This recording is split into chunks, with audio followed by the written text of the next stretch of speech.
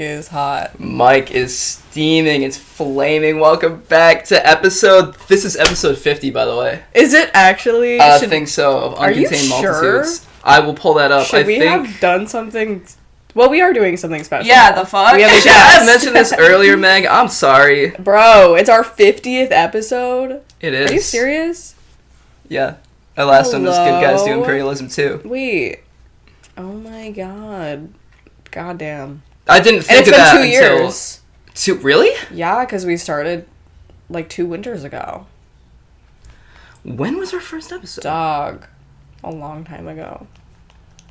We've been doing this so freaking long. You are right. Our first episode was it's February 10th of 2024. Wow. That's insane. Huge. Congratulations, you guys. Thank you, Sophie. This is a really Sophie, big deal. you are their only guest who's been on not only twice, but now 3 times. I have actually only been on twice. This is my second time. Is that true? Yeah. So... why did I think we didn't? I'm not sure. I hallucinated another Sophie episode. I just talked to at least my the head. hallucinated episode. I don't know what I said. You were out to bullshit. That was 25 and a half. Bro. Yeah. Wow. Well... still, that's a record. Yeah. Welcome back. Everyone say welcome back, Sophie. Thanks, guys. I'm so honored and blessed to be here with you right now. There's nowhere I'd rather be than in front of a hot mic with the two of you. You're talking like a youth pastor. Well, a bitch can't be honored and blessed. You know who else spread the good word to a lot of people on a hot mic? Ooh, am I supposed to know who? Jesus Christ. Jesus Christ! You're a youth pastor. Right. Yes. There's much in the Venn diagram of me and Jesus Christ. So. Number 1, lesbian. Heated rivalry, both of us. You think Jesus chopped would have haircut. hated Bad haircut, yeah. You think Jesus would have hated Heated Rivalry? Yeah, man. He wasn't... Why? I don't think Jesus would have liked gay porn or thin plot lines. Oh! Or bad character writing. Or Wasians. Oh my god! So I was originally gonna say, like, he famously hung out with, like... the gays and the thoughts. Yeah, like... And the fours. I never read it. Prostitutes and, like, tax collectors who were... I've never read it. As in the Bible. I've been to a couple Lutheran shows, church gatherings. Church, the laser light show. Yeah, once on Christmas Eve. Yeah, but that's about it. So calling a sermon a show is something really good. Is this the really flaming like Sophie and no, questioning her biblical knowledge episode? Or is it heated? Alright. As someone who grew up so religious, it's just awesome to hear someone talk about it like this. Yeah. It's really satisfying. Well, my dad was like a flying spaghetti monster atheist, so I really have like, he was a Reddit atheist. He was calling them shows. Yeah. He would have been like, yeah, probably on the internet during the peak of Reddit atheism. Yeah. What a special time in history. Mm-hmm. I know. I'm glad that my father got to pass away before Heated Rivalry came out. Holy shit! What? So that he was spared? Yeah. Yeah, what? Tangential connection. What are you talking about? I'm sensing some aggression about Heated Rivalry, so... I'm planting the Did Heated Rivalry kill your dad? Yeah, that's gonna be my thesis for this episode. It all connects. Butterfly effect, you know. Things like that. If it's butterfly effect, wouldn't that mean your dad dying created Heated Rivalry? Yeah. Yeah. The universe in which my dad was still alive, Heated Rivalry was never invented. Yeah. Wow. That's something to chew on. Yep. And let's explore that. Typically we do a bit more, no, I think that was plenty. Alright, so if you haven't, dear listeners, if you haven't guessed already, the episode is about Heated Rivalry. And its implications on the fetishization of gay men. Largely what I wrote about was the fetishization of gay men. Yeah. Primarily by women, but as a culture as a whole, because I mean, the show got made, so something's going on there.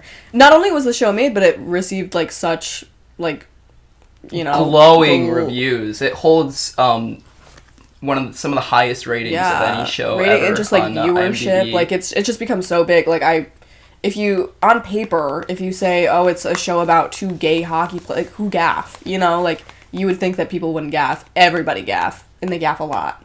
Mm-hmm. And everyone sat their white asses down and watched it.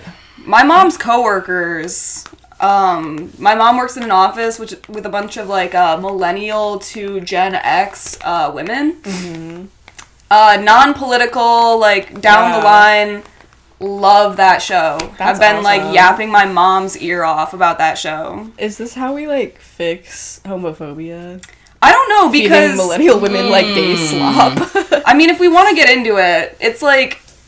does watching Heated Rivalry and having no other, like, contact with queer media or gayness, like, make you more of an advocate for queerness? Make you more of an advocate for gay men? Or are these women mostly interacting with this media because they find the dynamic, like, sexually appealing? Like, is it political in those terms? What I'm gonna ask you, we're getting right into it, we're not even 10 minutes in. What I'm going to ask you to that question, sorry to answer your question with a question, what would they learn from this show that would make them queer advocates? I guess you're anti this show, so I'm going to pose that question to Meg. Oh, okay. Well, yeah, so I am more pro this show. I understand, obviously, it's some criticisms, and, like, in general, it is extremely corny, in my opinion. But I think it has some good aspects to it, and especially not necessarily, like, the plot itself or the writing, but the directorial decisions being made and the acting, I think, is good. But anyway, when we're talking about what people might gain or, like, become queer advocates, I guess, I think there is something to be said about the emotional aspects of the show and how it does... You see how much it hurts to have to repress yourself, and, like, how much you have to hide from, like, your family and how, like, hurtful and distressing it is and blah, blah, blah. So I think that, like, showing that, and people having empathy for that for maybe the first time, or even, like, obviously there are people who are watching it just for the sexual aspects of it, but even then, it's like, showing gay sex on TV it shouldn't be such a radical thing. Like, we see straight sex on TV all the time, in even more graphic ways than you see on Heated Rivalry. I think people just make a big deal of it because it feels, you know, new to a lot of people, but it's like, if sex is gonna be on TV, shouldn't there be straight and gay sex? You know what I mean? Yeah, and I do want to, like, kind of disclaimer and clarify that I'm, like, really hamming it up for the entertainment value of this. I don't think that Jesus would have hated Heated Rivalry or that it killed my dad. I just thought that was a funny thing to say. But to that point, I think that with a lot of, like, analyzing queer media, there's, like, a spectrum of it, right? So it's like, if I'm going to have the most nuanced opinion of Heated Rivalry, it's that, yes, representation is, like, really, for, like, queer people, it's always important, but there are levels to, like, how accurate certain portrayals of queer relationships are, and how inclusive it is. And so, when we're talking about, like, Heated Rivalry, we're talking about two masculine-presenting, very fit, able-bodied, wealthy men who, I don't know if I already said it, are straight-presenting, and it seems like it feeds a very specific audience, which would be, and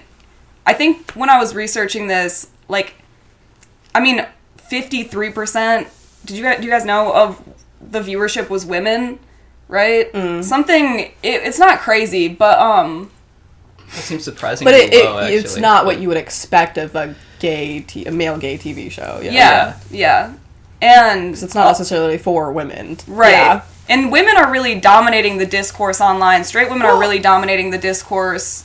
Do you think it's straight women, or like, do you know that it's straight women, or is it just women in general? Well, when I was doing research, and I don't know, like, invariably, like, I don't know 100% that it is the case that, like, I'm sure there are different segments. People are so polar, like, the internet exists in different segments. But from what I could see in, like, a mainstream sense, a lot of what people were talking about was that it was surprising, and, you know, from hearing from my mom about her coworkers, that a show so graphically sexual about two gay men was appealing to, like, a real, like, normative demographic of straight women. Sure. I want to say, are you sure that the main audience was not women? Who, when you're making a show with that kind of representation of a marginalized group, you have to think, like, who is the audience, who is the intended audience for this show, and what does the author intend for them to take away from it? Yeah. So I'm a little surprised that you guys think it wasn't originally for women. Well, it was written by a woman. See, that's what's interesting about the show, too, is, like, the books are written by a woman, but then the show itself is directed by a gay man, and I think some of the choices he made directorially, and especially the choices he made that, like, contradict the books, are made very intentionally and were made to try to make it feel more realistic to the actual male gay experience. Yeah, and I think a blind spot for me in, like, this discourse is that I haven't read the book and I don't know really I also haven't read about the book. All I know from it is, like, online stuff, and, like, I do interact with a lot of Heated Rivalry stuff, like, online, so, like, I know bits and pieces, and, like, I will say, like, there's specifically this account on TikTok, I think the name is just, like, K or something, and she just does, like, really in-depth analysis about, like, literally every scene from the show, and she'll, like, compare it, like, book to show, and so that's mainly what I know about the books. But I just find that really interesting. Yeah. But yeah, so I think that, like, my main criticism of the show falls into, like, two camps. One is that, like, just from, like, a television show, like, a plot point of view, I don't think I resonated very much with it. I think that, like, if I want to just, I mean, I don't want to dominate the conversation too much, but I can, No, like, you're just... here, I guess. Yeah, we had you here for this we reason. We like when you yap. Okay, well then, we'll just start from the top. Well, actually, before we get into that, Yeah. can we actually, I want Jeremy's thoughts, because Jeremy, you watched this for the podcast episode, like, right? Mm-hmm. Would you have ever watched it, do you think, on your own? No. I mean, I'm just not into romance stories like that, Yeah. and I could tell Because he doesn't believe in love. I don't believe in love. That's canon on the pod, no? Did you say that on the pod? Okay. Several times I've said every this. episode Is that is like, something- I don't experience love and will not, like, he's, like, crazy. Jeremy, that's not true. You You do. literally- You like love your girlfriend. Dude, you like not on yearn. the pod, bro. You They- yearn like a lesbian after your He's girlfriend. gonna literally censor this. He'd be posting on our pod account and be like, I'm an incel and, like, fuck my stupid gay chungus life, and it's like, we literally I responded to it and I was like, this is a lie. You Yeah, have a no, it's beautiful, literally, loving yeah, girlfriend. you really do. I saw someone else also respond to it and be like, Yeah. this man is a liar. Like, everybody knows he's a liar. Yep. He's a performative incel. yeah. Is that insane? That Do not is tell maybe people I'm a worse than fake cell, being bro. an incel. Incel is The crazy. only I replied to you and said, bro, they kill people for being fake cells. Hang this guy. No, but I just want to know, like, Jeremy, your initial thoughts, because, like, you, like, kind of went into this maybe the most, like, blind, and, like, I don't know how much you knew about the show beforehand, but... Everything I know is from you. You would not stop talking about it since it came out. And I could tell, even while I was watching the show, that I don't think I was the intended audience. A straight man, like hockey. Those scenes were interesting. Yeah, the hockey, Yeah. that's, like, so funny to me, because there's it's literally, almost like, no scene, yeah. It's, like, awesome. That's great. I mean, hockey. Hey. Was it, I think it was, like, episode 3 when Ilya had possession of the puck and he, like, locked eyes with Shane. And, like, that made him like basically cost him the game. See, that shit would never happen. That would a professional athlete, and it didn't happen in the books. Oh. Wow. A professional athlete would never let that happen. Wow. Never. No, keep going, sorry. I could just tell, like, it was, again, I was not the main audience, and the story was not written to relate to me, and furthermore, like I've said about, like, Fiona Apple's music, you know, how Ron can't relate because they don't have the same experience, which I do kind of believe. There's a lot that I could watch and enjoy and understand that I'm not going to fully comprehend the unspoken emotions and unspoken reasons behind doing some of the things they do, because I'm just never had that lived experience. Never had that. I was never. He's in that never mind yearned. frame. That's not true. Well, I've never yearned as a gay man. Right. No, yeah, of course. This is a very specific experience. Mm-hmm. I think admittedly that could be like a barrier for me as well. I mean, I'm a lesbian who's dated men, and that's about as close to that experience as, like, I can relate as well. But, like, there's media like Brokeback Mountain, like, that I think kind of crosses the boundaries of, like, everyone who's seen that movie, unless you're, like, I don't know, Like an emotionalist stone. yeah, like a psychopathic, like, Yeah. unless you're a freak, you see that movie and that, like, it touches you, like, emotionally, regardless of, you know, your sexual orientation or You gender haven't seen that identity. still yet, have you, No, Jeremy? I haven't. Dude, I've been I'm trying to so get this sorry. dude to watch Brokeback Mountain for, like, years. You guys should watch it and then talk about it on the Dude, pod. we never like, finished 30 Fleabag. minutes. I just remembered that. Oh my god, we have to watch Fleabag and we have to watch Brokeback Mountain. I Double agree. feature would be delicious. That would be a crazy night. Last night was 2 movies. Yes. Did you feel, Jeremy, like, upon, like, first watching it, did you feel like the sex scenes were, like, extremely, like, shocking to you? It felt gratuitous, and it felt like it was there in place of a storyline, almost. Okay. Like, these...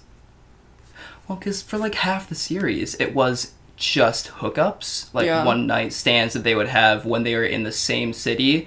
But towards the end of, like, the last 3 episodes, especially 5 and especially 6... I don't think they show any sex in episode 5. Like, there's, like, cuts...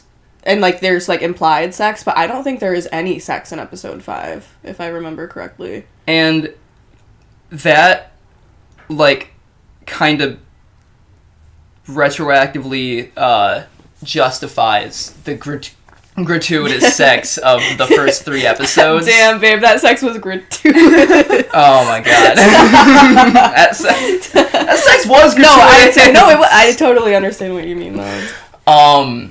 Because it shows that, like, at first it was just, you know, hooking up one-night stands, and there's little, kind of not a lot of love there, just exploring emotions and raw animal desire.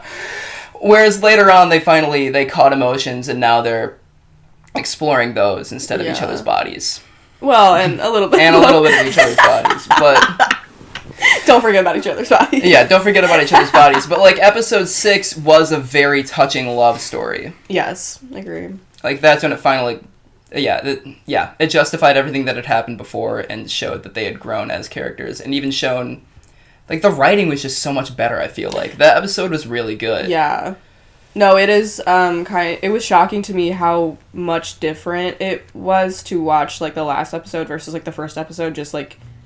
plot and writing wise. Like, it felt super, super corny at first, and then it gets better. Not only was it a good romance story, it was a good romance story that could only happen because those 2 people were gay. You could not sub out one of the people for a woman and tell the same story. That was a gay love story that was written for a good reason. And, like, again, the last couple episodes were kind of so good that it justified the gratuitous sex of... But you thought the gratuitous sex was unnecessary and, like... At first. Yeah. I want to be generous towards the show. Because, I mean, I liked it. Yeah. The last... The last 3 episodes were so good that it justified the whole thing. The first 3 episodes were terrible Wattpad writing. It kind of had terrible Wattpad writing No, it absolutely did. But episode 3, I've rewatched the show and I skip episode 3 because I hate it so much. I understand its function, but the writing is so, like, Wattpad, like, coffee AU vibe. yeah. It's, It yeah. was rough. What did you think about the sex scene, Sophie? I mean, I've only really seen the show like once and a half. When I first like watched it, I knew nothing about it. I thought it was shocking. Like, it is like it's a lot, and I mean, like, I've seen shows like Girls or like, you know, even Sex and the City. They have like some like, you know, relatively graphic like sex scenes. That was a lot. Like, and it was the entire first episode. And they're like 10 minutes long and like with cuts in between. Like, it is a lot of sex. Yeah, I think that my opinion about the series is that, okay, let's just talk about it. Like, why are these 2 men like so infatuated with one another when seemingly one of them like has little to no personality, or like I guess I don't find like the appeal between the two of them. I don't understand. You don't feel the chemistry. Yeah, like, how are they yearning after each other for years on years on years? And I think part of the reason that it's kind of hard for me to connect with like why these 2 people are so like what would be like they're like magnetically like drawn towards each other, like they have to be together, is that it's those like time skips at the beginning of the series. It's like something happens and then a really long time passes and something happens and a really long time passes, and it's like you don't get to see kind of like, I don't know, those cute little moments, like a lot of like what love is, and like what, like, you know, that kind of like build up to like having a crush and that kind of magnetism are like those, like, you know, like little moments in between like these bigger things that are happening. And it just doesn't feel, to me, it didn't feel like very earned, like their whole dynamic with each other. I get that like from a physical standpoint they had a lot of chemistry and whatever, but it's also like you don't really know much about Shane, or like they don't really set up the stakes very well, I don't think. It's like, I think retroactively a lot of people talk about these things, and it's like evidently in the book Shane is known to be like kind of autistic or something. Yeah, I think in the book he's like canon autistic. They don't mention it in the show, but it's definitely acted that way. Like, I think Hudson Williams like plays him as an autistic man. Mm-hmm. Yeah, which is kind of cool representation, that it was like subtle, I feel. Yeah, and I do think though that there are a lot of people who are like mildly autistic that aren't just like boring like Shane's character, I don't think can be explained away by that, and I've seen a lot of people like use that as a defense for like why maybe he seems kind of flat. But like I just don't feel very connected with, because on the other end of the spectrum, like Ilya is like he's a big personality, evidently a playboy, all of these things. It just doesn't make a lot of sense to me what even like is there other than that like raw physical chemistry. Yeah, sure. No, I'm picking up what you're putting down, but I felt almost the exact opposite way. I understood that Shane he was just like that. He was just a flat person. For like 4 episodes straight, I thought I blamed that on bad writing, the bad Wattpad writing. As the story started to develop and get thicker, you know, have a bit more depth, and he still acted that way, I understood that was just his personality.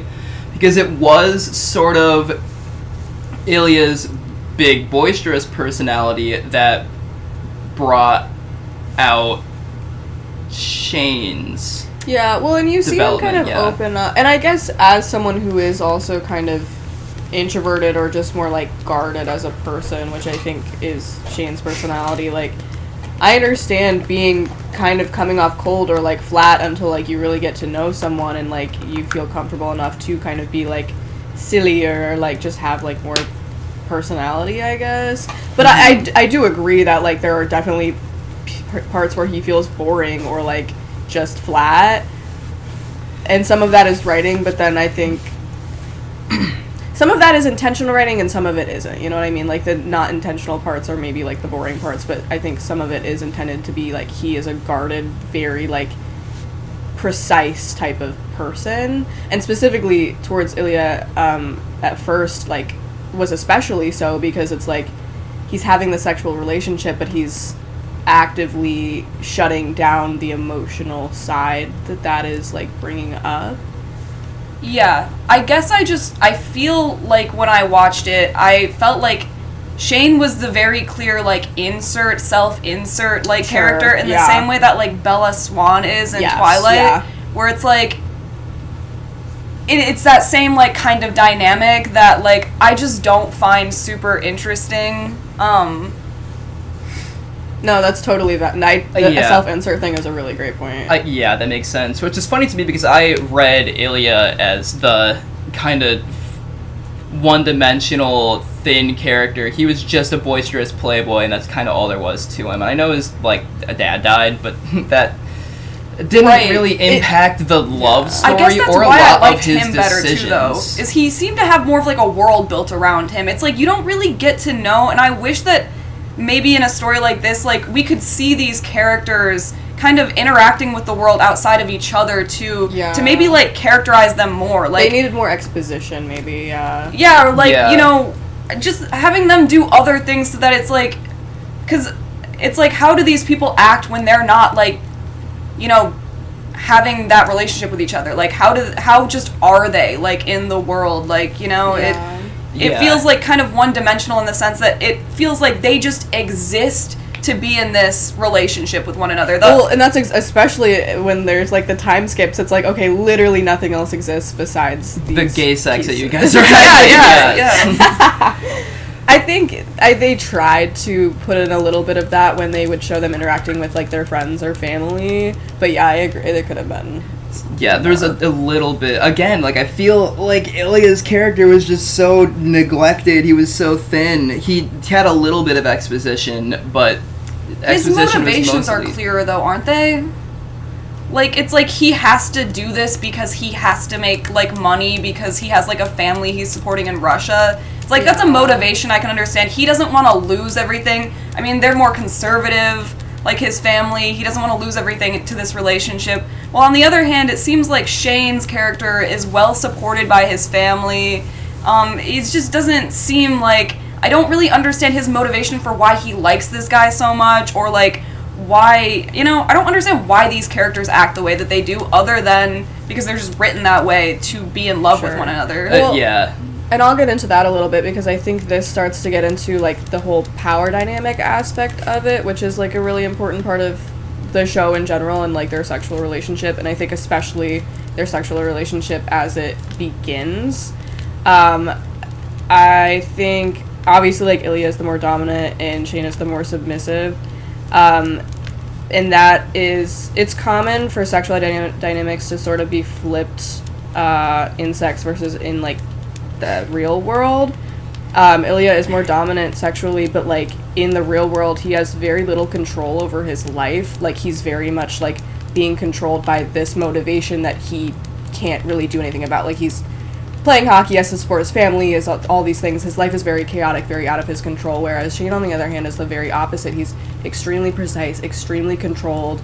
He is, you know, this really great hockey player, but as they mentioned in the show, not only, like, he's not just a hockey player, he's, like, very smart. They call him, like, he's, like, the highest IQ hockey player or something, just in terms of, like, he knows the game and he, like, really cares about it mentally. And everything, he does, like, the brand deals, and he's very, like, he comes off very flat and very, this is all he does. He's a professional hockey player. He's, like, a very professional guy. But sexually, he finds this dynamic where he can do the opposite and like let go of some of that control. I think that is where it comes into play, like why they are like that, like magnetism, because they can get what they can't get in real life with each other. And I think that is why the sexual dynamic like becomes so intense and like happens so quickly. But then obviously it gets more complicated when like emotions happen. That's an excellent point, and I didn't think about that, but that does make sense, that that's like a motivation for both of them. Mm-hmm. I guess that even so, I do think that's a really good point, and that probably is exactly right. I do wish that maybe they had given these guys a little bit more of like a life outside of one another. Yeah, no, sure. I always read Shane's character as being like, his mom was his manager. I always assumed that all of his actions were to live up to her. Yeah, that's part of it too. Yeah, everything that he did was because he had this image of who he needed to be in mind, but it's just always out of his grasp. So he needs to the idea of never being good enough, and that you know, Ilya made him feel good enough. That's a good point too. Yeah. Well, and like it was bigger than his mom even too, because it was like in those scenes where you see them talking about brand deals or whatever, she'll always mention like, and there'll be kids like looking up to you or whatever, and specifically like they talk a lot about like Asian kids looking up to you, and like so there was the pressure of that too, in terms of like not only do you have to be like this for your family, but like you have to be a role model for like people around the world. Well, I think that's another like point that I wanted to make too, is that like it is just like a spectrum of representation, and I think it's really cool and important that Shane is written to be a biracial like gay man. But again, like how much does the show really do justice to that, and how much is that really like grappled with? And obviously I'm not a beautiful Asian man, and so I don't know how that felt to see that on TV, but like, you know, it's like it's your identity, and it's like I don't know, it seems like it was kind of an afterthought, or maybe just not, it wasn't explored to the depth that it could be. It's an interesting concept, but it's really brushed over in the show. It's like mentioned, like you said, like she was like, you need to be a role model for these kids, but I just feel like the show doesn't set up stakes in a really good way. Like it's like the stakes that of like, because they don't really go into the hockey of it all. Like no, there needs to be more hockey in my gay porn show. Yeah, to set up some like, because a little bit more to get the straight male audience. A little something for me. You know? What does no one ever think about the straight male? That's what I'm advocating for. Yeah, the show wasn't good enough to the straight men, but I think that a lot of these things, they're like. And that's what I think, it's like a nuanced take that I have about Heated Rivalry, is it's like, I think representation's good, could have been better. I think that, you know, the story's fine, could have been better. I think that, I don't know, it just could have been better. But ultimately, like, I think the outcome of, like, what it's done and making people more comfortable talking. Dude, athletes have like started coming out because of this show, which I think is like a really insane and awesome real consequence. Yeah, it's great. I have it somewhere in the script that I think it was very deliberately chosen to be hockey as opposed to any other sport, because that sport has been one of the furthest behind in being accepting of that. I mean, it's popular in countries that don't exactly have the same LGBTQ acceptance that America does. Like, it's super big in Russia, which was central to the story's theme. So it was important that it brought that story to something that was traditionally so masculine, like hockey. Yeah, it would have been cool if the show like touched on that more. If like, because that's something I didn't know until finding out, like, after watching the show, was that it was so... And I just think that the show could have done more to set up why is it so hard for these characters to come out with this, because, I mean...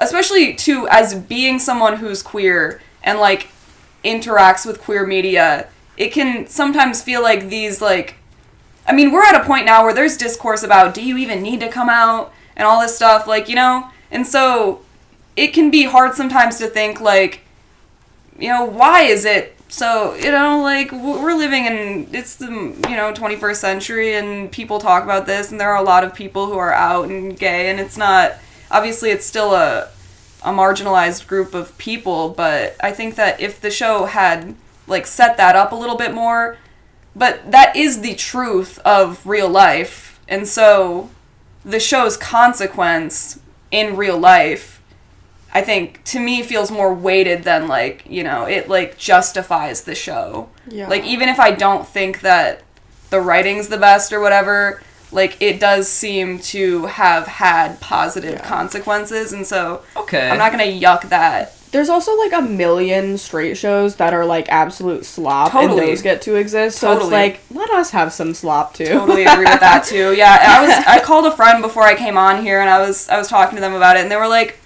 you know, like, let people have a little, like, yowie or whatever. Like, let people, I mean, like, not everything has right? to be, like, peak cinema for it to be, like, worthwhile. And, like, entertainment can be just entertainment. And while, like, there are aspects of the show I like and, like, I do think are, like, cool to analyze, it's also just, like, fun and kind of, like, heartwarming. Yes. Like, it's nice to watch something that, like, has a happy ending. That is a really important part of the show that I really liked, because that's a really big trope in queer media, is like, kill your gays. It's like, Killing Eve, fuck you. That was one of my favorite shows in the whole world. And then they doomed Yuri. Fuck you. Many such cases too, by the way. I think another thing, so that was really great. I think that it was really great that they ended up together and that things are seemingly on the up for them in season 2 or whatever. Yeah, I like that they are choosing to control their own narrative too. One of my favorite scenes in the show was when they're coming out to Shane's parents,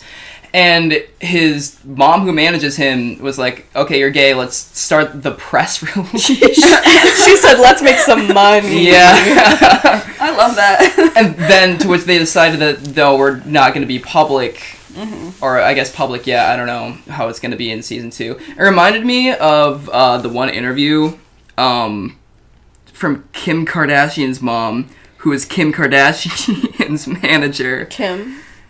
No. Oh my god, what's her? Chris. Chris. I said Kim. Kim Hello. Jr. Kim Jr. That made me feel like when Melania Trump went, hello. Anyways, after Kim Kardashian's sex tape got released, So why we're mentioning this is good. Yes. Kim's mom was like, what's this gonna happen in season 2? God, that'd be so fucking funny if it did. That would be so good. Kim's mom was like, as Kim's mother, seeing the sex tape was deplorable, it pissed me off. But as her manager... Oh, wow. Yeah. Because I'm imagining that... That's a good point. Shane's mom was like, I have a hot athlete son already. I'm sure she thinks... I just hit the jackpot now that he's gay. I just hit the jackpot now he's gay. It's crazy.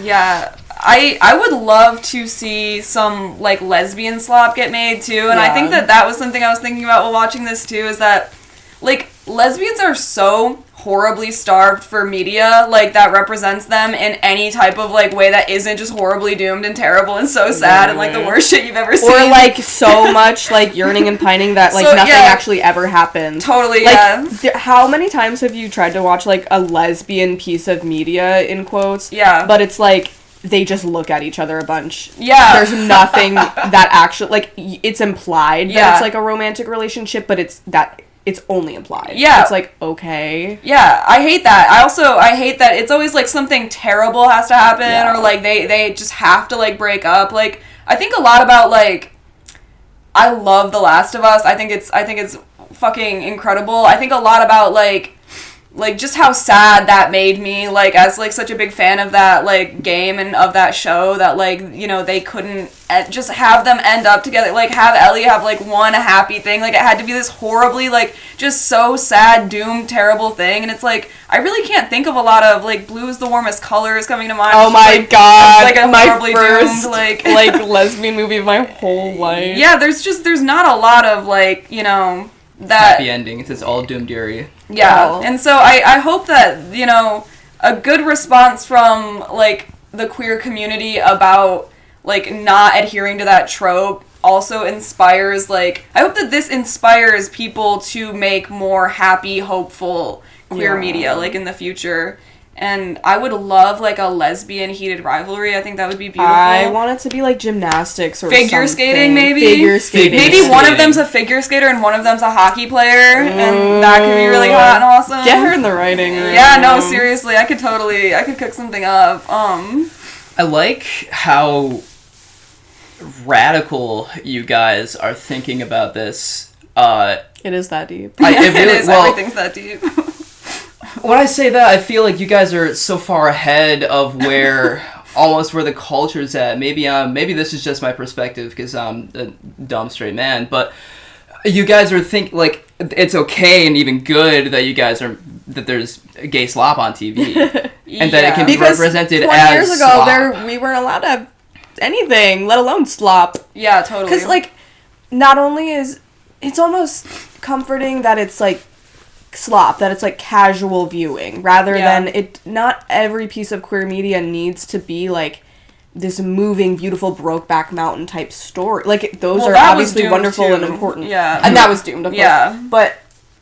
like, do you know what I mean, though? As in, it's Totally. like, it doesn't have to be, like, a feature film, and it Yeah. doesn't have to, like, win awards. Like, it can just exist. I think, and that's the nuance in it, though, is that, like, I think it's a yes but for me. I don't think it's a yes and, I think it's a yes but. Yeah. I like it, it's good, I think that it's done good things for, like, queer people, for the queer community, but, like, we can do better. We can always do better, and I just don't think that this is where it, like, ends. Like, I think that we need some uggos, we need some, like... We need some really gay, really queer people. Yeah, some, like, legitimate, like, you know, written by and for gay people, starring gay people, like, we need some, like... And I think it's good... I think it's good to ask for that and to be expecting that. And I don't want to yuck people's yum, and I don't want to make it seem like you can't enjoy things, because you totally should and whatever, but also we need to make sure that we're not just being thrown bones, and that we're not just, like, taking that, like... You know, we want some, you know, I want, like, kids to grow up, like, seeing themselves, and not just seeing, like, the really, you know, things that conform really heavily to, like, dominant culture anyways. Like, I want to see some, like, real queer media, like... You want to see yourselves in some slop because once it's been normalized in slop, you've made it. Yeah, that's... Yeah. Perfect takes. Yeah. Really good all around. That is a good take. I do agree with that. The one thing I have to interject, though, is... I mean, the books were written by a woman, and... Again, what was her audience, and what did she want them to take away from it? I guess what I'm suggesting broadly is, do you guys think that this show, with all its gratuitous sex, fetishizes gay men? Okay, yeah. I think that the books are, like, a little bit of a different story than the show, and because I haven't read the book, but from what I understand from, like, the shit I read online, is that she was catching a lot of flack for, like, basically fetishizing gay men and making books about gay men, like, using gay men as, like, vehicles for straight women to escape patriarchal, heterosexual, like, power dynamics, basically. And that it wasn't, like, for gay people. It was, like, using gay people for straight women. But the show's different because it was a gay director. Yeah. Who took some creative liberties, but still, like, took most of the story and transposed it straight to the screen. And it did feel gratuitous and a little I mean, the first episode was more than 50% sexy. Yeah, I mean, I don't even know that I'll push back a little bit on that. I don't know that I think that the sex ended up being gratuitous. I think that it was shocking for me, like, to see that, but... It was just a lot. Like, you see everything but dick and balls. Yeah. You know what I mean? Which, like, I wouldn't have been so much more shocked if I did see dick. I mean, it was so close to the line that, like, you know... But I feel like that's just the direction that media is moving in general. Like, you Yeah. watch, like, Euphoria or something, like, about to say you that, do yeah. see dick and ball. You know what I mean? For me, like, two things. The gratuitous sex or whatever, like, it is, like, a lot, and you see a lot, but I don't think that just because it's a lot or because it's gay, it's inherently, like, fetishizing. I think, like, if sex is, like, I don't know, there's nothing inherently fetishizing about just seeing gay sex. I agree. Just because it feels taboo to some people. Like, that is, like, real life for, like, a lot of people, obviously. And seeing depictions of gay sex isn't inherently anything. It's just sex. Yeah. It was a vehicle for storytelling, Yes, too. which I was about to get into. I think, like, there obviously is a lot of sex, and especially in the first few episodes, because that is their relationship, and that is their dynamic, and that is how they know each other, is the sexual thing. And a lot of the acting and a lot of the storytelling is the sex. Yeah. I think there are a lot of media where sex is just, like, thrown in there as, like, ooh, and now it's time to get sexy. Mm-hmm. I think this story, a lot of it happens in the sex, and so even though, like, maybe it's, like, a lot, it feels like it has meaning. It's not just there. Yeah. I think about it a lot, like I love the show Girls. I've watched that shit like 5 times. People will watch that show too and be sort of like shocked and appalled by how much sex there is on screen. And it's also mostly with Adam Driver, and he's really gross and weird in that show. That's a crazy thing to say. I don't even want to start getting into that, but sorry. I love that show. I never thought that about Adam Driver, and I think he's a handsome man. But anyways, keep going. Well, like, yeah. Don't piss me off. But like in that show, I think every single time Lena Dunham writes a sex scene, it's never to me sexy, which is kind of the difference between Heated Rivalry, but I almost think it's incidental. They just happen to be they can't help that they're right, yeah, I mean, you know, like, what, you want to be ugly? Like, you want to have a couple uggos on screen? Like, yeah, no. Well, that's what you just said. You said you didn't have a representation. I know, I'm just kidding. I'm dark woke. But like, every time Lena Dunham writes a sex scene in, it's like, it's to tell a story. It's like, it's normally awkward, and like, it's really giving you an intimate understanding of like where these characters are in their relationship with themselves, their bodies, and their partners. And it's not like to get your rocks. No one's like jorking it to those weird fucking sex scenes in Girls. Like, it's a vehicle for storytelling. And the reason I bring that up is that was the first time I'd ever seen sex used that way, like, in popular media. And, you know, I think that it's a perfectly valid way to tell a story about two people. Because it's real. Like, that is true of real sex, is, like, you are a person when you're having sex, and, like, the dynamic of your sexual relationship or how you're acting or what you're doing, like, it says something about you and the person you're with, and, like, blah, blah, blah. Totally. Yeah. To harken back to the episode we did about... Let's harken real quick. Do you guys want to hark real quick, or no? We'll harken. Hear ye. Let's go tell it on the mountain. God, harken is grammatically correct, all right? To harken back to the episode. We harken already. I'm trying to hark. Hurry up and hark. Hurry up and hark. Harken up, bitches. Remember the episode we did about who's reading books and why? And how we discussed like how just book talk and a book talk, and how those stories are gratuitously full of sex, that are like the story's kind of thin. We gotta find a new word other than gratuitous. How about excessive? I love it. Excessive. I like the gratuitous. I don't get to say the word gratuitous a lot. I'm getting saying a lot of new words. You saying gratuitous, you saying harken. Like, let him explore. Just picked up a thesaurus the other day. Thesaurus, I love that. That's awesome. I picked up thesaurus. But that episode, we came to some agreement that a lot of the book talk stories that were being published now and continue to be published in a sort of feedback loop contain too much sex. The sex, yeah. Well, and like the clear concerns- intention is just lit for people to get their rocks off. Like it is Yeah. meant to like, you know, turn people on. and how the main audience for that is typically women. Yeah. And how the stories to typically contain an uneven kind of taboo relationship.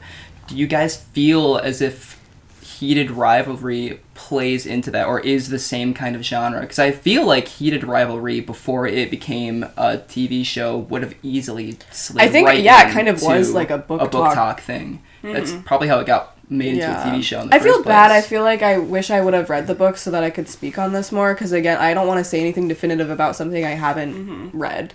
Yeah. But I do think it's possible that maybe it started that way, and maybe the author's intention was for it to be like a very explicit story, and it was supposed to be like a smutty book talk book.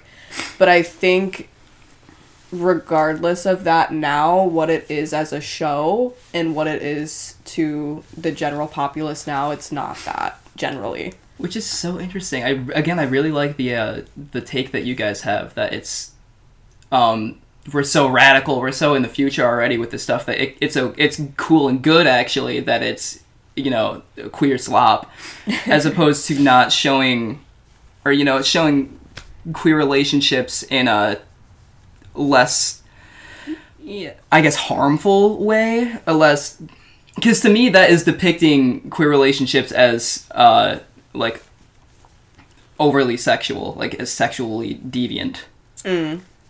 Yeah, I mean, when you think about, like, a lot of romance, like, straight romance stuff is very, like, sloppy and smutty and isn't necessarily, like, you know, a lot to critically think about and chew on. It's not really the point of it. It's, like, something like Twilight or 50 Shades of Grey or something, and, you know, that feeds an audience and that feeds a certain desire.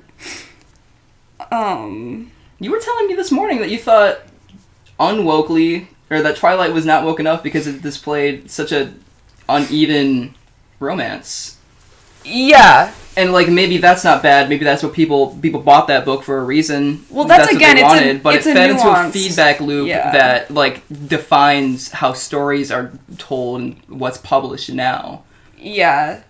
I think it's almost like Twilight didn't create some kind of like cultural disease or something It was just a product it was of a it. product of it. And in the same way, like, you, and again, I haven't read the book, you could probably say that about, like, you know, these, like, smutty MLM women written, like, you know, whatever. It's like, I think straight women, what can we say about straight women? Straight women. Straight women. Straight women Straight women be shopping. Yeah. Women be shopping. Yeah, I think that straight women sometimes use, like, gay men as a way to explore, like, sexual fantasies in a way that, like, evens out the power dynamic a little bit more. And is that harmful to queer men? Is that harmful to gay men to sort of be that vehicle for straight women? I think is, like, a little bit of the crux of this conversation. Yeah, you're picking up what I'm putting down. It's like, I think, yes, in general, because it is, okay, now you're, like, sexualizing and fetishizing this group of people that you're not actually, like, sexually interacting with. But at the same time, it's, like, a product of something really sad. Yeah, it's a marginalized group kind of using another marginalized group to explore the ways in which they are marginalized. Yeah. And so I think so interesting. Yeah, I think it's tricky. I think that this is where I came to, like, in my, because initially I was like, this is slop for my mom's 30-year-old coworkers. I was like, fucking weird asses. But I guess, like, the more I researched it, the more I did kind of come to that feeling is that I was like, it's actually, like, kind of low-key sad shit. Like, it's actually low-key real sad. Bad that, you have to, like, do this because you don't find fulfillment in your own life, in your own, like, sexuality. Yeah, totally. Yeah, in the Trump era, in the trad wife era, you know, there are not a lot of ways for these kind of repressed, like, straight, you know, like, housewife type, like, office people to explore safely, a sexual dynamic, you know, so... And I suppose, like, as long as you're not a straight woman who's, like, harassing real gay men in real life... let's get into that soon. Then I guess, like, the harm is relatively minimal, but, like, and this is, like, the thesis of, like, every episode we do, but it's, like, maybe let's stop, like, hating women so, like, women can be normal. Whoa. Like, maybe women would be more normal if, like, their lives didn't suck because of patriarchy. There we go. But on the flip side, at the same time, there's a lot of queer women who, like, will watch or, you know, interact with, like, gay media.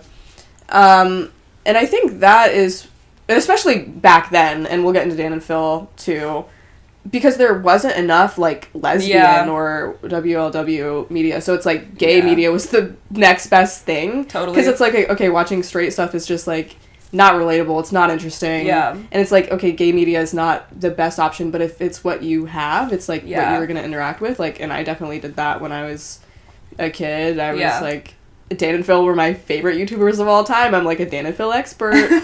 And, yeah, like, really toxic shipping culture would, like, result from that sort of thing, but it was unfortunately a bunch of, like, mostly, like, gay little baby gays wanting their two favorite YouTubers to be in love and wanting it to be a beautiful queer, like, love story because they were so starved for any other sort of representation. I think that it's like would it be, like, the upshot? It's just a byproduct of, like, you know, a dominant, like, oppression. It's like you sort of, like, maybe are reproducing a different kind of, you know, problematic whatever, but it is, like you said, it is, like, it's unfortunately just misogyny and the patriarchy, like, you know, doing that shit again. And, to your point about, like, like, lesbians who might enjoy this show or might enjoy, like, or might be, like, fetishized. I do think that also probably just comes from, like, a lack of representation on that front, like, a lack of being able to have media they can relate to. There's no good lesbian media. No. I'm like always stuck on that. There's really nothing. Like, but in a nicer light, though, there's also just the yearning of the show, I think, appeals to women. It's very lesbian. It's not lesbian, but just, like, women in general. Like, women want and do yearn. Yeah. And so the fact that these are men who are yearning, it's like, wow, it's great that they're doing that. Mm-hmm. Yeah. Yeah. Is that a story that you guys think is fully relatable to gay men, though? Especially since you tell us, bro. Sorry. That was crazy. I'm never recovering from that, bro. That was nasty. Let's just end the ad. We're throwing my out. Episode 50 is the last one because Jeremy's killing himself. No, but genuinely, like, I guess I don't know. Like, that's not, I guess, the mainstream depiction of, like, how men love and, like, y'all should have gotten a gay guy in here. But unfortunately, we invited a lesbian onto the podcast today instead of, like, a gay man who could have told us. I know a gay guy. I can call him. Alright, should I call a friend? The phone a friend, my gay friend. Would that be funny? I don't think it would pick up on the mic. That's what I'm worried about. I want to do it. I almost texted my gay friend that... Does everybody just have one gay friend? Yeah, they're gay friend. About, like, what he thought about Heated Rivalry, because I think he did watch it, and I think he may have liked it. But I think it's, like, certainly possible for men to yearn. I don't think... Like, is it... possible that it's because it was a female author? Sure. Is it also possible that men might just yearn sometimes? Yes. Like, I don't know. My thought about gay men yearning is that, like, it is, like, less common, right? I mean, like, you think about apps like Grindr wouldn't ever really exist for lesbians because lesbians yearn to such a great extent that it's like if they have sex with each other, there's like a problem afterwards. Like, there's like a lot of issues that like go into that. Like, it's like really not normal. Like, as opposed to like gay men, like, kind of do like famously just kind of like, you know, have a lot of partners and, you know, kind of like get down like that. And that was unfortunately, and I don't want to say anything homophobic about gay men because I love gay men, but a thought that I had while watching it is I was like, do gay men really like normally yearn to this extent? They are yearning for each other, but they're also like fucking. Is Shane fucking? Because I feel like Shane didn't fuck at all. Well, no. Shane's I always understood it as he's kind of maybe not being taken advantage of, but like there is a power dynamic there. Like obviously he's attracted to this like boisterous, like huge personality playboy, and he feels like he can't like be drawn to anyone else because this one person is so larger than life. He's all, which is super lesbian, but like doesn't come across to me as like a thing that happens.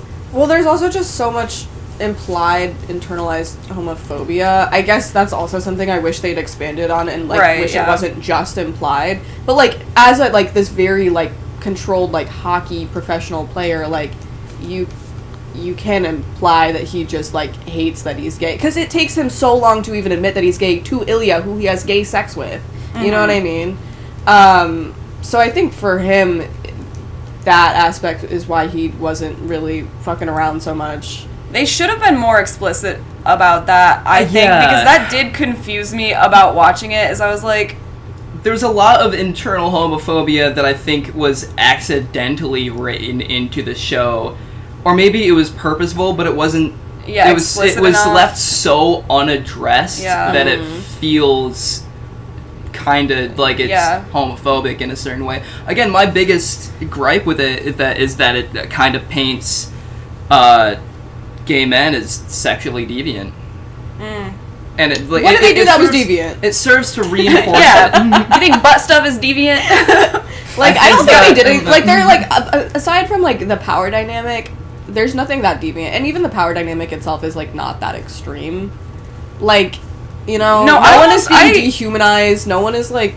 I have the opposite. Freaky, but that's it. I have almost the opposite like interpretation. Is that like they painted gay sex as like just there's so much yearning that feels unearned, I guess, and that feels like there's like I don't understand how they're feeling that way about one another, like especially if Ilya is supposed to be this like, you know, playboy whatever. He admits over and over again that he finds Shane boring. It's like, okay, then you could like get butt from whoever you want. Well, like why are you? That was him like lying. If it was him lying, I first did of all, that to be like flirting. Yeah, I thought it was supposed to be like defense mechanism flirting. I will also, in defense of this show, you have to consider the time period. It starts in like 2008 and goes through like 2017, like the cringiest years in history. You know what I mean? These closeted gay dudes are trying to interact with each other. They keep saying, fuck you, bro. That's all they know how to say to each other. And then they fuck crazy. And then it's like, you know... Yeah, but that's you having to do some world building and some extrapolating that I think that maybe the show should have done. Like, Agree. I guess, like, as someone who... I also, like, very casually and passively watched it. Like, I wasn't, like, expecting anything. Like, I didn't do a lot of, like, I wasn't trying to world build for them. I wasn't thinking, like, oh, why is Shane so damn boring? Like, maybe he's autistic. Like, I was just like, kind of took it at face value. And I was just a little unimpressed with, I don't know, those are my two really big criticisms. I just don't think the characters or the world were built to properly represent the type of relationship. Like why they gaff so much? Like why is this happening? There we go. The type of marginalized relationship that the show is representing. Yeah. And that people are really intellectualizing now too. And I think So do you guys think it's okay that this marginal like these marginalized people are being represented like this. Is it okay that their love story is being turned into slop? Is it okay? I mean, I'm not gonna say whether things are okay. I have problems with it, but if you like it, I think that you're fine, and I think that that's fine. I think it could be better. I don't think it's not okay, though. I think it's just, like, it could be better. Yeah, well, and then you kind of are getting into the argument of, like, are you allowed to write a story about someone who isn't you? You know what I mean? Like, are authors not allowed to just have gay characters? Are authors not allowed to just have autistic characters without being those things themselves? But they run the risk. You run the risk, then, of, like, being, like, you know, you're not a part of this. It's like The Good Doctor or something. Like, it's you need to be well-informed and do it tastefully. Mm-hmm. Right. But I don't think we should come to the conclusion that, like, women can't write gay male characters. I agree, yeah. It's just, like, I think it is. It's just, like, what is your proximity to this community? Why are these characters gay? Like, what's the intention behind doing all of this? Like, what's the intention? I think if her intention was to feed, like, her female audience, like, you know, that's not the greatest, like, reason to create gay characters. It's a little, like, objectifying feels a little and yucky, for sure. Fetishizing and all of these things. But if your intention was to represent gay men, it's like, that's a different story, I think. I guess I want to say that when she writes slop, she is kind of fetishizing it, and furthermore, like, kind of controlling their narrative and keeping it at a sort of marginalized level. Like, all these people are you know, sexually deviant, and their love stories can be easily turned into slop for women to enjoy. Yeah. Do you think do you think, though, that is still true, though, when it was translated into a show, which is then directed by, like, a gay male director? Like, because when I've seen interviews of him talking about it, and he was like, I feel like the sex scenes we did were relatively realistic. Like, I sent you that one about ass eating. He was like, that's very common to do in gay hookups. Like, it's not something you just do in a relationship, like, blah, blah, blah. And, like, it's funny, right? But, like, that's his experience, and, like, he knows what gay sex is like. And, like, he attuned the show to be realistic to what he knew. I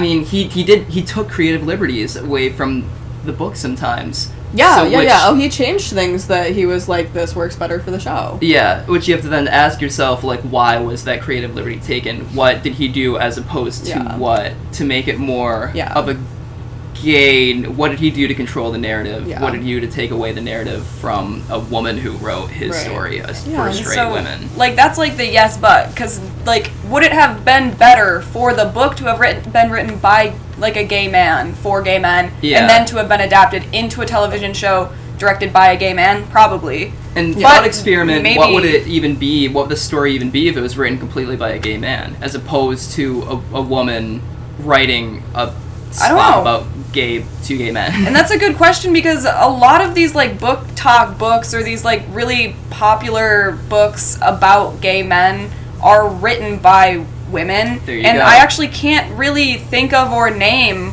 a lot of any, like... Fight Club. Unironically, Fight Club. Like, have you... I don't think I have the book anymore. I probably gave it away to a friend, but that is a pretty... It's not explicitly a gay love story, except for the couple of times he says it's a gay love story, but read it, because if you read in between the lines, it's a gay love story. Yeah. But I do want to get into Dan and Phil. Yeah. Because, damn.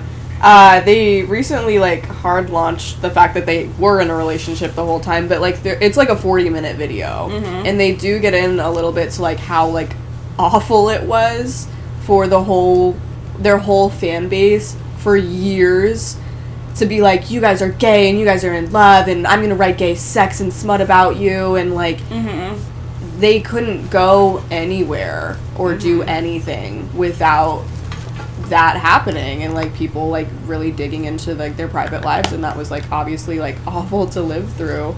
That would be a tremendous book and a tremendous movie, like, if they wrote about all that, because I mean, I watched that video, I can only imagine like what that must have been like. They are on their Patreon right now releasing them live reacting to Heated Rivalry, like episode by episode. It is such a crazy crossover, and it's like, it's obviously just like entertaining for them to like watch this gay show when they're now like openly in a gay relationship.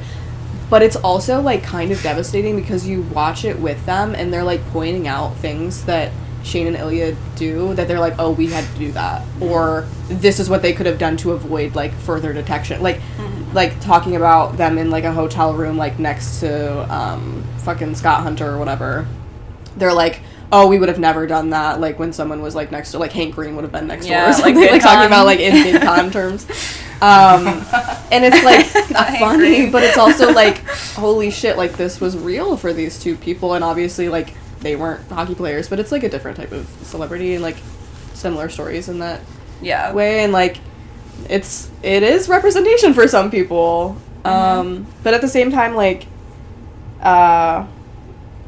just through also just more on that hard launch video, they did address like they may be the only YouTubers who have had to make a forgiveness video instead of an apology video. Like they had to be like, fans, we forgive you, because like damn, like that was awful what they went through, but at the same time like they acknowledge, and like you have to not acknowledge in general, that most of those fans were like so young and like didn't understand the harm that they were doing.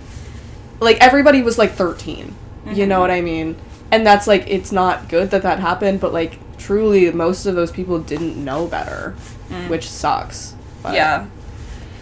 I'm privy to all this. I think that it's interesting. When I was growing up, I was like really online, like in like the YouTube space, so I was aware of Dan and Phil, but and I was gay, but I never did join like the fandom or whatever. I think especially because there was a pretty like booming lesbian like, you know, part of the internet at that point. But I never thought that they were in a relationship. And like I remember I used to like kind of go to bat for them and be like, they're roommates. Like, they can be roommates for 10 years. Yeah, it's normal. Yeah, it's fine. Like, you know, whatever. So when all of that happened, I was like shocked by, everyone ended up being right, which I do think... It's awful that everyone ended up being right. I know. It's kind of awful. It's almost worse. It's like, I wish you guys would have done that. Right. Now you fed them. Yeah. But yeah, I thought it was really... I did think it was beautiful and sweet, and I've been watching their podcast now. It's funny, I was never a fan, like, in their, like, heyday, but I like them now. That they seem to have a really good grasp and understanding of, like, why all of that happened, too, which... I guess, like, from the way that they tell it, it is, like, their fan base is predominantly, like, lesbians and women, right? Yeah. And, so I guess, like, as being a part of that, I have, like, two questions. One, like, how deep in it were you? And, like, did you think that they were dating and, like, all this shit? Extremely deep, and yes. And I wasn't a creator of, like... ship content, but I was a huge consumer of it. I would be up late like watching like fan proof videos, and like I read fan fiction about them, and a lot of time it was very sexual. Like this is like weird to admit, but yeah, like some of my first like sexual experiences were like reading like Dan and Phil's smut on Wattpad like late at night, and I'm like 12, you know, and that's like weird to look back on now, but it was just true, and it was like, I don't know. I never really watched porn, but I did interact with some of, like, fan-fiction-y smut stuff. Was it just a safe way for you to explore, like, queer, sexual, like... Because I didn't have that much interest in straight sex, I guess. So what did you get out of it? I am so curious. It was just... I mean... I don't know, this sounds weird to say, but I think it was easier to not have a self-insert character, do you know what I mean? It was easier to read something that was about two people that I could, like, read about and feel, but still not have it be me. Do you know what I mean? Like, I grew up in a very, like, sexually repressed way. Like, I grew up extremely religious, and I grew up as a queer person who wasn't allowed to be queer. So...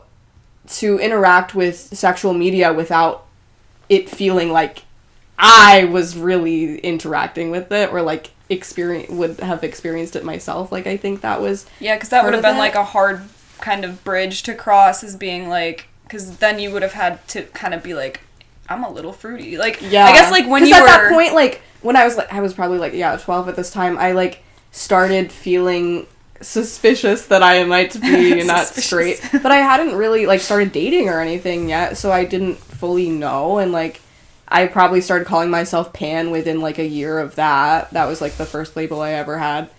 But yeah, I mean, at the height of this, like I didn't necessarily identify as anything. I was just kind of like exploring and like seeing like what was out there, and I think it felt safer that way. And it felt safer that I was reading it and not like having to watch it. Like I never liked watching it. I mean, it does seem like it would have been so innocent, harmless, and kind of sweet if they weren't real people. Exactly. A big part of the conversation is that they were real people being affected in real time by what was happening.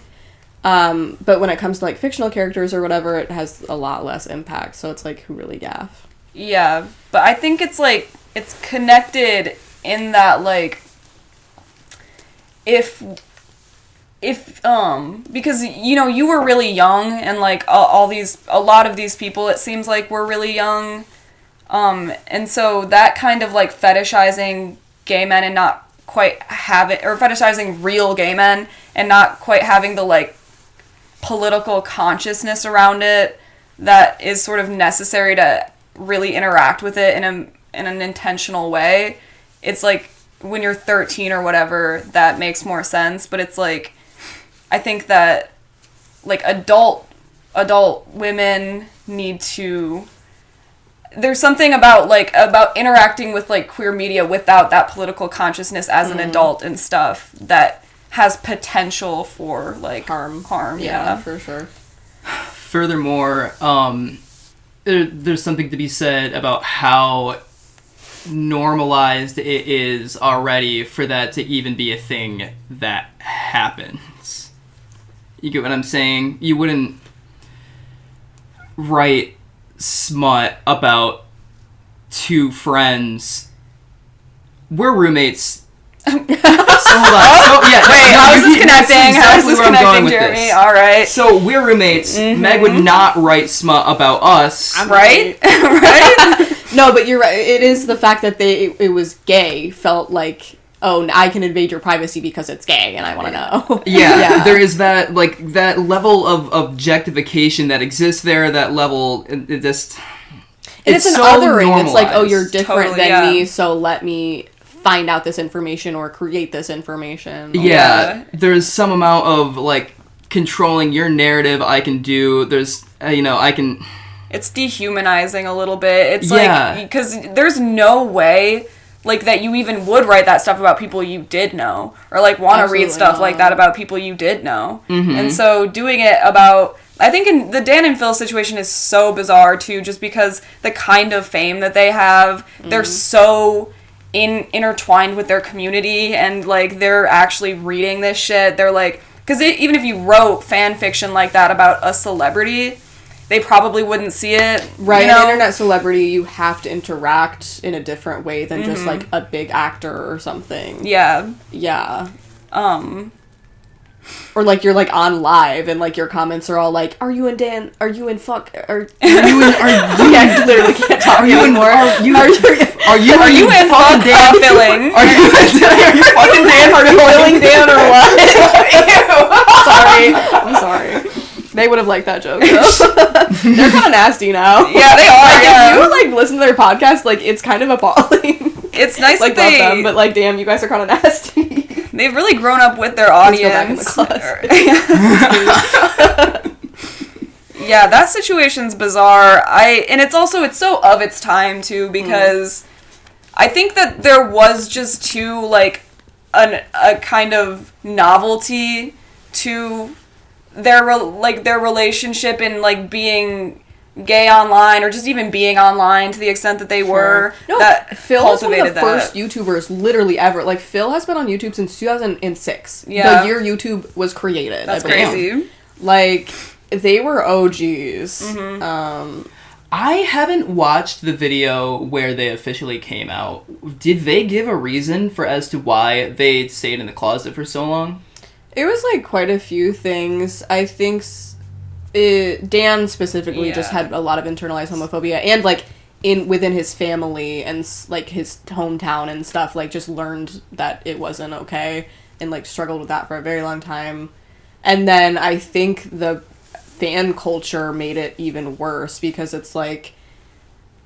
Yeah. All this speculation. Now everyone's, like, up your butt about it. Yeah, it's now like, it's, like... don't even have the private aspect of it. Yeah. And now it's not even your thing to say. It's, like, been made into other people's thing. And then, to not only have these issues, but to have it, like they are in a relationship together, so it, like, caused issues within their relationship, and they don't go into detail, but, like, how it almost ended their relationship for all the fans to be speculating all the time. Like, that must have been, like, literally, like, hell. Mm-hmm. I think about this line all the time from that video where, like, Dan is like, Phil was my safe space. Like, I know. And it felt like people were, like, invading my, like, safe space. On that, he was like, every time I looked at Phil, it was like, I saw the eyes of the world looking back at me. Yeah. Like, oh my god, I'm so sorry. Like, fuck. And then like, as you called it, forgiveness video, I think that was so important. There's probably so much that the two of them could say about everything that we've kind of talked about, but there is just, like, around, like, queerness and around a lot of, like, space to have to, like, forgive and allow, like, the culture to catch up to. Which sucks. Which is sort of like... It sucks to just try to be, like, a person who exists. Yeah. But your existence is so... political. Yeah. And yeah. You just have to, like, have the patience and have the forgiveness. It's like, man, what if I don't want to? Like, what if I just want to be a person? And that's a like valid reaction, else? too. If they had made a video that was like, fuck you dumb bitches, you ruined my fucking life, that would have been valid, too. They would have been valid as fuck for that. And they went on a hiatus for, like, quite a while, too. Like, they, like, left YouTube, and people thought they were never gonna come back, and... Yeah, but I think that, like, to bring it back to the heated rivalry thing, that's almost how I feel about it, too, is, like, I can forgive a lot of these problems that I have with it to let space in for just, like, more, like, better things in the future. It's, like, I don't feel like it's...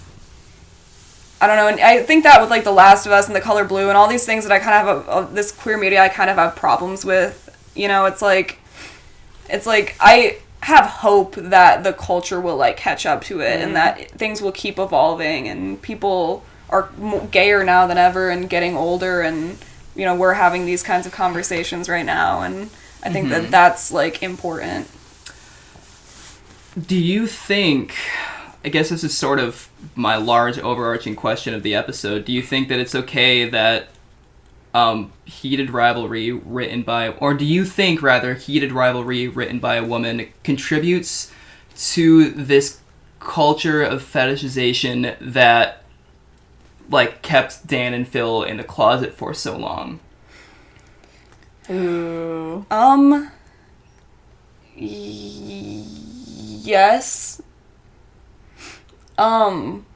And if yes, do you think that's okay? Or should it have not been made because it fed into that culture? Because it did a bad thing? Okay, here's my initial thought on that question, which I love that question, by the way. Great question. Great question, by the way. Thanks, I thought of it myself. So, what Dan and Phil and what their career and what them now as, like, a cultural entity amounted in probably was a lot of people like Meg and a lot of people in that fan base feeling more comfortable to explore their sexuality, and it was unfortunately at the expense of these gay men who then had to forgive them.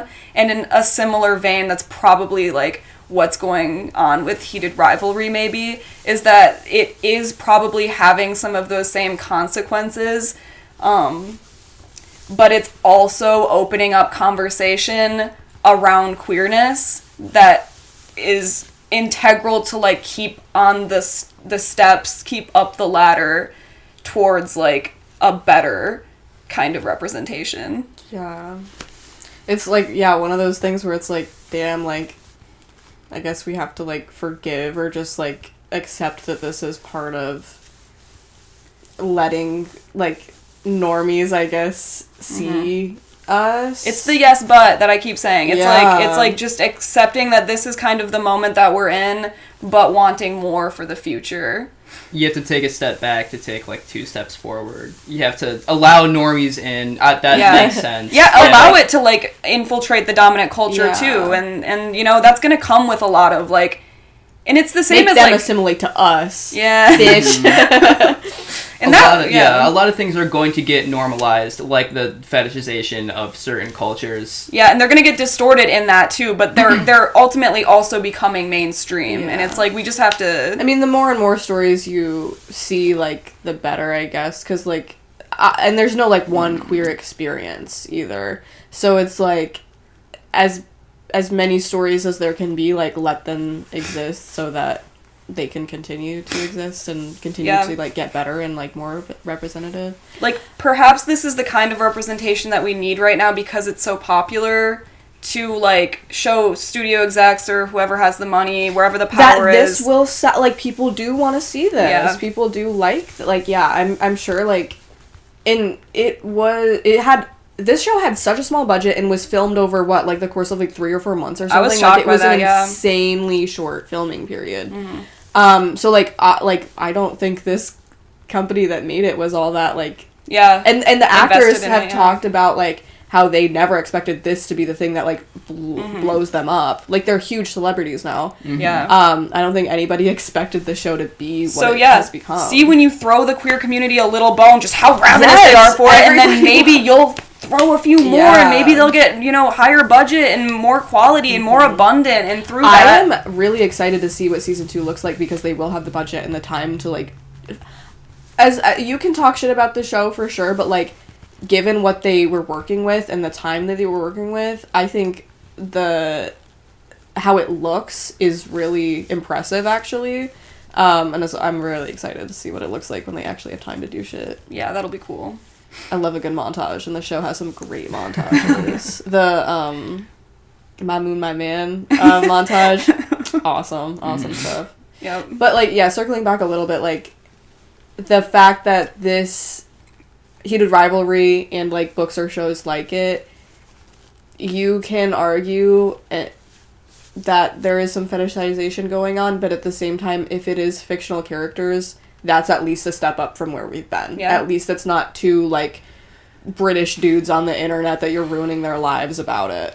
And you're about to go, but... I'm not saying it's right to do that. It's not... Imperfect representation is unfortunately where we're at in the culture right now, and so, like, there's a nuanced, like, kind of accepting it and then wanting more, I think, is where I stand on it.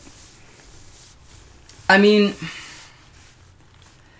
What you guys are arguing is for, like, a measured, controlled amount of exploitation, but I'm thinking, like, blaxploitation films got black people into Hollywood, so maybe you guys do have a little bit of a point that a certain controlled amount of exploitation like, is we're not saying it doesn't suck. Right. And, like, to be, like, queer women and say this, like... Because I don't want to speak for gay men necessarily, but I think we are sexualized just as much, if not more, by straight men. Absolutely. So, like... Yeah, I can't believe we haven't touched on that at all, but yeah. Lesbian sex isn't even considered, like, real sex to so many fucking people. Yeah. It's considered straight porn. Yeah. Yeah. Literally, yeah. So, like... some snaps for that. So, I think we are allowed to speak on the fact that it's, like, damn, yeah, like, imperfect representation isn't great, and it does suck in a lot of ways, but it's, like, at least it feels like progress. Mm-hmm. It's the bridge to it possibly getting better. Yeah. The bar is not... The bar is low. The bar is not very high. And in that respect, I think Heated Rivalry jumped right over it, so...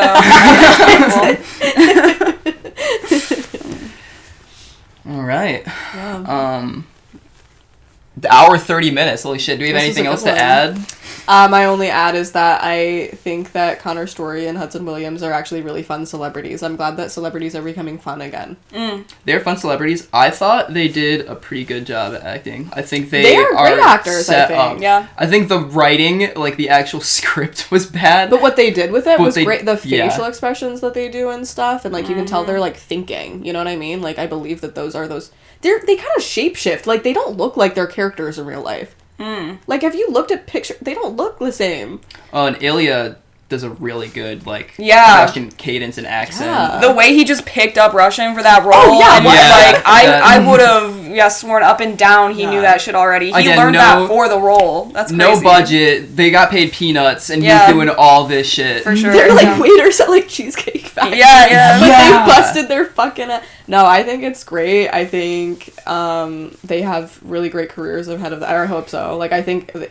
And Connor Story specifically, like, I have watched a lot of his interviews and just know a bit about him. He also, like, makes music. He, like, he just feels like a very creative person. And, like, I like that we're having artists in things again and not just, like, celebrities. Yeah.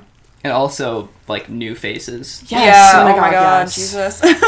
I'm so like Timothy Chalamet and like. Oh my god, I'm so sick of Jacob Elordi and all that shit out. Like also, I can't. give them some hamburgers. Right. I'm tired of seeing this bone structure where they look emaciated. Yeah. Like, holy fuck. Yeah, we left that behind. I know that movie, or the show is made in Canada, so they might still be on the... You know, like, how the old X-Men movies, the actors spoke about how they would, like, starve themselves for days and, like, not drink water when they do a shirtless scene because they needed to be... Nah, these men have some meat on them. Like... Yeah, I mean, at least... American actors now have more regular body types, I hope. I think we're working on that. Those guys, dude... And obviously their bodies are not, like... regular. Like, they're extremely buff, but at least they're buff in, like, a athletic way. Like, they seem to be... people who like to work out and have giant asses. Right. But they still giant eat food beautiful and asses. stuff. Yeah. This really isn't the way I wanted to end the pod, but I have to pee so bad. Like, I've been holding it for like 30 minutes now. Perfect way to end the pod. Okay. Like, Ready? See you later, alligator. in a while, crocodile.